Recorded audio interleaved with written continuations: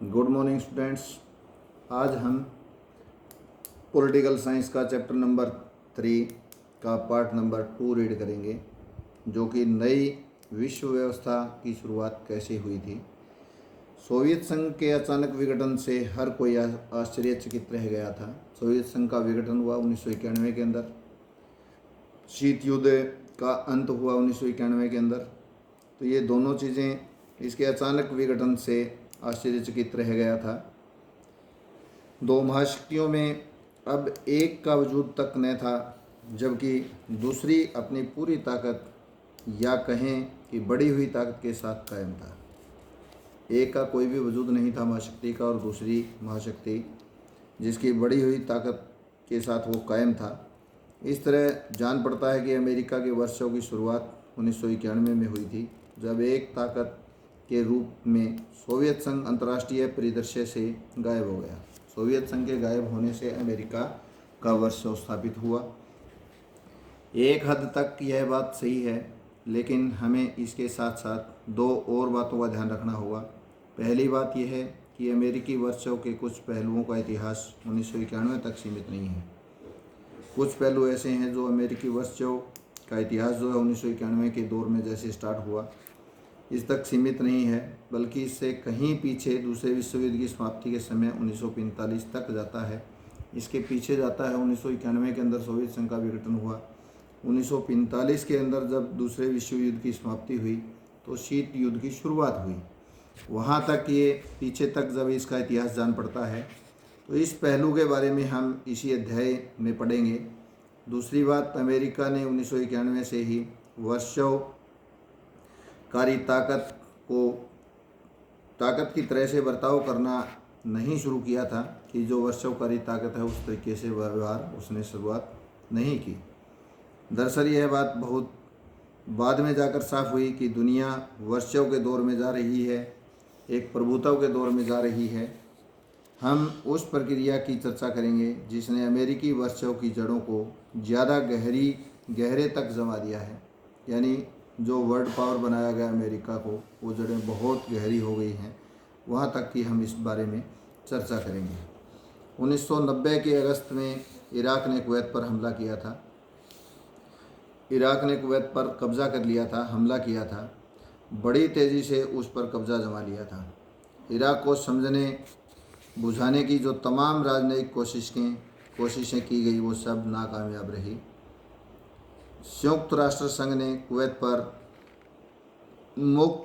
को मुक्त कराने के लिए बल प्रयोग की अनुमति दे दी। जो यूएनओ है, संयुक्त राष्ट्र संघ है, यूनाइटेड नेशन ऑर्गेनाइजेशन, इसने बल प्रयोग की अनुमति दे दी कि इसको कुवैत को इराक से आज़ाद करवाया जाए। मुक्त कराने के लिए बल प्रयोग की अनुमति दी। शीत युद्ध के दौरान ज़्यादातर मामलों में चुप्पी साध लेने वाले संयुक्त राष्ट्र ने के लिहाज से यह एक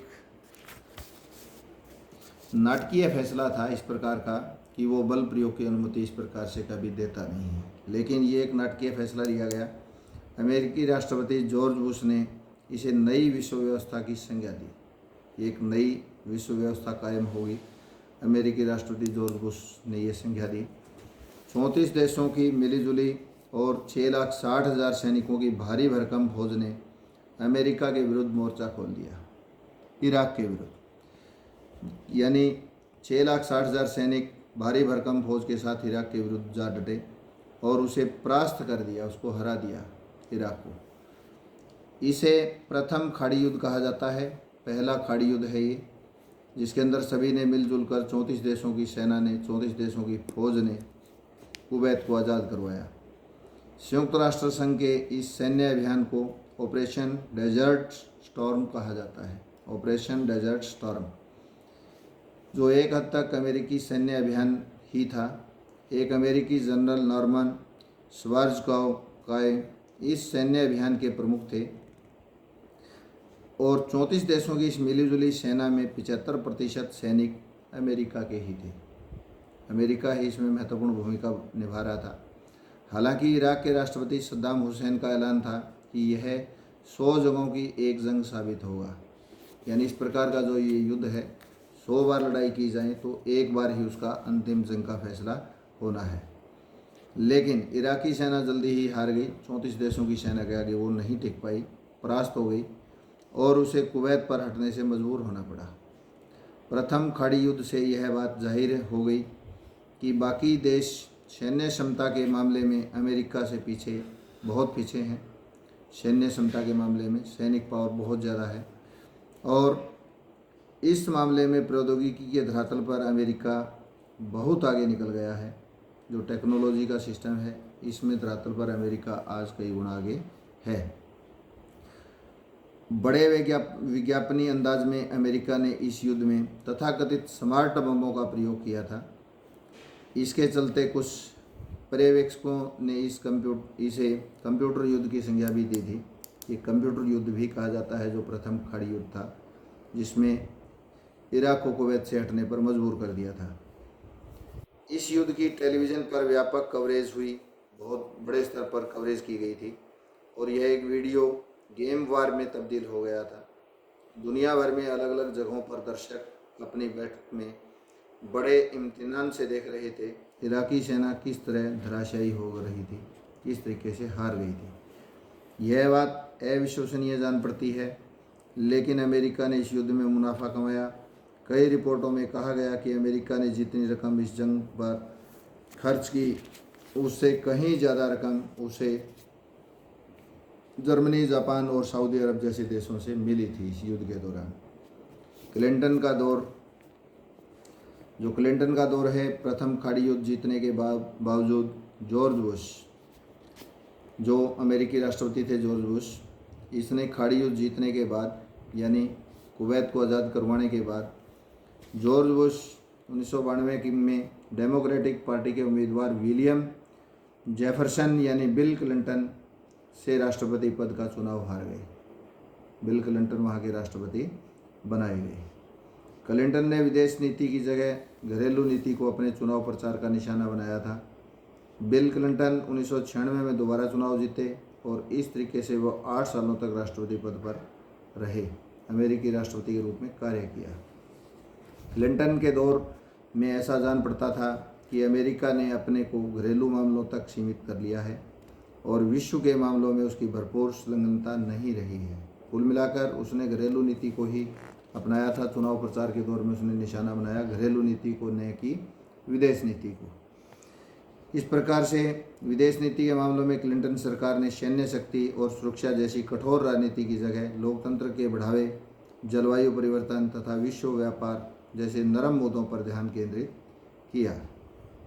बहरहाल क्लिंटन के दौर में भी अमेरिका जब तक फौजी ताकत के इस्तेमाल के लिए तैयार दिखा, फौजी ताकत उसके पास काफ़ी है, इस प्रकार से तैयार दिखा। इस तरह की एक बड़ी घटना 1999 के अंदर हुई। अपने प्रांत कोसोवो में यूगोस्लाविया ने अल्बानियाई लोगों के आंदोलन को कुचलने के लिए सैन्य कार्रवाई की। कोसोवो में अल्बानियाई लोगों की बहुलता है, यानी संख्या में वो ज़्यादा है। इसके जवाब में अमेरिकी नेतृत्व में नाटो के देशों ने यूगोस्लाविया क्षेत्रों पर 2 महीने तक बमबारी की। स्लोबोदान मिलोसेविक की सरकार गिर गई और कोसोवो पर नाटो की सेना का काबिज हो गया, यानी कब्जा हो गया। क्लिंटन के दौर में दूसरी बड़ी सैन्य कार्रवाई नैरोबी यानी केन्या और दार ए सलाम तंजानिया, केनिया और तंजानिया जिसको हम कहते हैं नैरोबी और दार ए सलाम के अमेरिकी दूतावासों पर बमबारी के जवाब में 1998 के अंदर हुई। अतिवादी इस्लामी विचारों से प्रभावित आतंकवादी संगठन अल-कायदा, जो आतंकवादी संगठन है अल-कायदा, को इस बमबारी को जिम्मेदार ठहराया गया कि ये बमबारी अल-कायदा ने की। इस बमबारी के कुछ दिनों के अंदर राष्ट्रपति क्लिंटन ने ऑपरेशन इन्फिनाइट रिच का आदेश दिया था। इस अभियान के अंतर्गत अमेरिका ने सूडान और अफगानिस्तान के अल-कायदा के ठिकानों पर कई बार क्रूज मिसाइल के हमले किए। अमेरिका ने अपनी इस कार्रवाई के लिए संयुक्त राष्ट्र संघ की अनुमति लेने या इस सिलसिले में अंतर्राष्ट्रीय कानूनों की परवाह नहीं की। उन्होंने ना तो संयुक्त राष्ट्र संघ से कोई अनुमति ली और ना ही इस चीज़ की कोई कानून की परवाह की। अमेरिका पर आरोप लगा कि उसने अपने इस अभियान में कुछ नागरिक ठिकानों पर भी निशाना साधा है। यानी अलकायदा पर बमबारी करने के साथ साथ कुछ आम आदमी भी मारे गए। ठिकानों पर निशाना साधा, जबकि इसका आतंकवाद से कोई भी लेना देना नहीं था। पीछे मुड़कर अब देखने पर लगता है कि यह तो एक शुरुआत भर ही था।